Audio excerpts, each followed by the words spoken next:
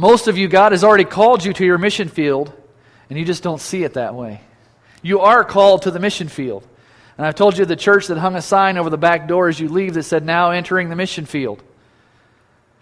That's how you should view it. When you leave this building, when you leave this church this morning, you are now entering the mission field. Wherever you're not going to stay here for lunch most likely. So just let's get that out of the way and save a little time. I already know about the dinner. Thank you very much. Appreciate that. We'll talk about it. But when you leave after that lunch, you're now entering the mission field. Your work, your school, whatever it is. Just like we saw during that offering video. Those places are the mission field. The fields are white unto harvest. I was so glad to hear Linda cheering for Walgreens. She knows that Walgreens is her mission field. And God has called her there. And she's not always happy about working there, are you? But God has got her there for now, for this time. Linda is a representative of God in Walgreens. Have you ever thought about that? You are a representative of God in wherever He's got you. Do you ever think that maybe you're the only source of light and truth in that place? You may be. And I'm certain that sometimes it feels like it. But that is your mission field. And Jesus clarifies this for the demoniac, says, this is your mission field. Go home to your friends, to your own people, to your family. And then He gives them His message. It's not just enough to know who, but He's got to know, what do I say to them? And He says, tell them your story, how much the Lord has done for you. Tell them how much the Lord has done for you. And another verse says, tell them the great things the Lord has done for you. And this guy has a fantastic story to tell, doesn't he? My name is Legion, for we are many. Most of us don't have a story like that, but we're not called to. The core of our message is not a theological discourse or an understanding of logical arguments about why a person should follow Christ. The core of your message is what God has done for you. I got to thinking about that, I think it was last night.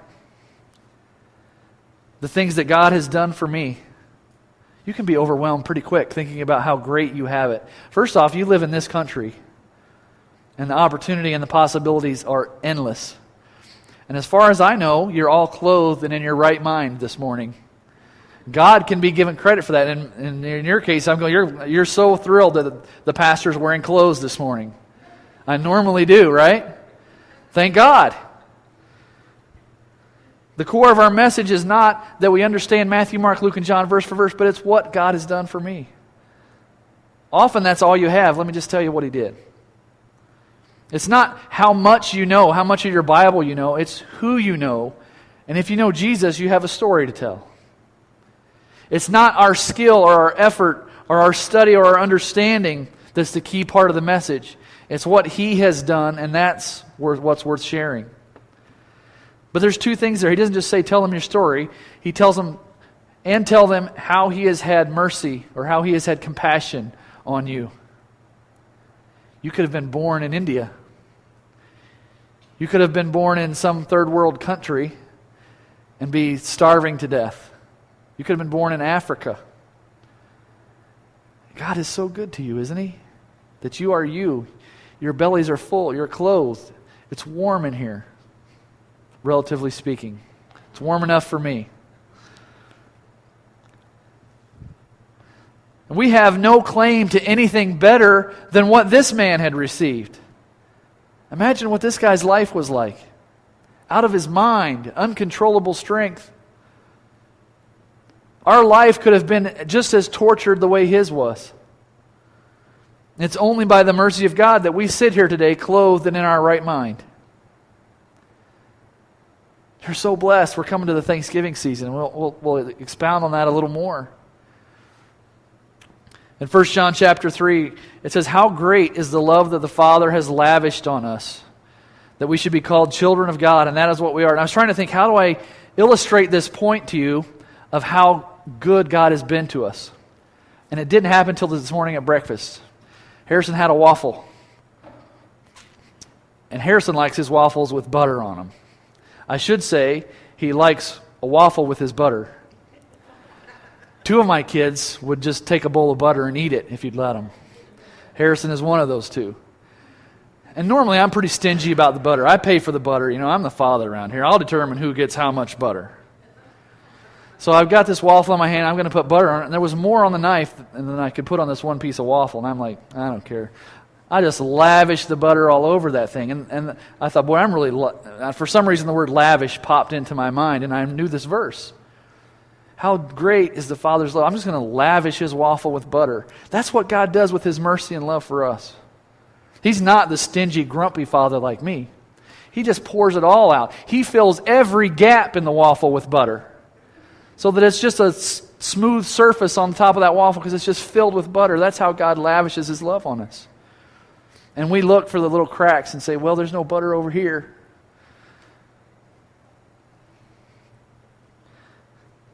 But Jesus doesn't let this man go with him and says, tell them about the mercy that you've received. But Jesus' refusal to let him go doesn't change His mission or His message. It's still the same. And it sounds a lot like the commission that He's going to give to His disciples at the end of the book. And regardless of your mission field, your message and your mission field are the same. This is another great commission, not speaking directly to the disciples, but to those who are less successful. And we'll argue about how successful he was.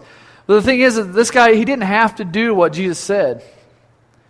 He could have just went and lived a normal life, said, I've been waiting for these demons to leave me so I can just go and get a job, get an education, get a wife, have some children. He didn't have to do that, did he? But he was so overwhelmed with the love that Jesus had lavished on him and the mercy that he decided he would go and preach. He had experienced the power of Jesus, and he would do anything that He asked. Next week, we're going to talk about the level of commitment in the early church, back to the book of Acts. And we're going to evaluate our own commitment in light of that. But it says that this man went, and depending on which version you have, it'll say one of three things. He either proclaimed, he preached, or he published the gospel, or the good news. And I thought I'd give you 2 sermons for the price of one. There's another 3-point alliteration for you. He preached, proclaimed, and published. The one that stood out to me was published, which is what the King James says. So I looked up the original word, and that's what it means, is to herald, to proclaim, to evangelize, to make a big deal about. It's almost as if he had rented the largest place in town to make the news known. This guy he's just there to promote what has happened to him. He probably proclaimed it, preached it, published it, shouted it, yelled it, you name it. And I have to believe that he did a lot of it. Because as you'll see in a minute, his influence stretched quite a distance. And it shows us the results were that people marveled. Was his reputation known beyond that cemetery, beyond that town that he was closest to? It was when he got there. He says, let me tell you what Jesus did. The result is the people were amazed. And this should be the result when a person delivers the message about Jesus to his own mission field. Most of us would say that we don't have a testimony like his. We've never been possessed by demons, and we've never preached to 10 different cities. Did Jesus tell you to preach to 10 different cities? He told you to preach to your own, didn't He? Preach to your city. One city right now, New Haven, Fort Wayne, wherever you live. Warren Wiersbe notes about this portion of the passage that before you go out to serve Jesus elsewhere, be sure you have served Him faithfully at home.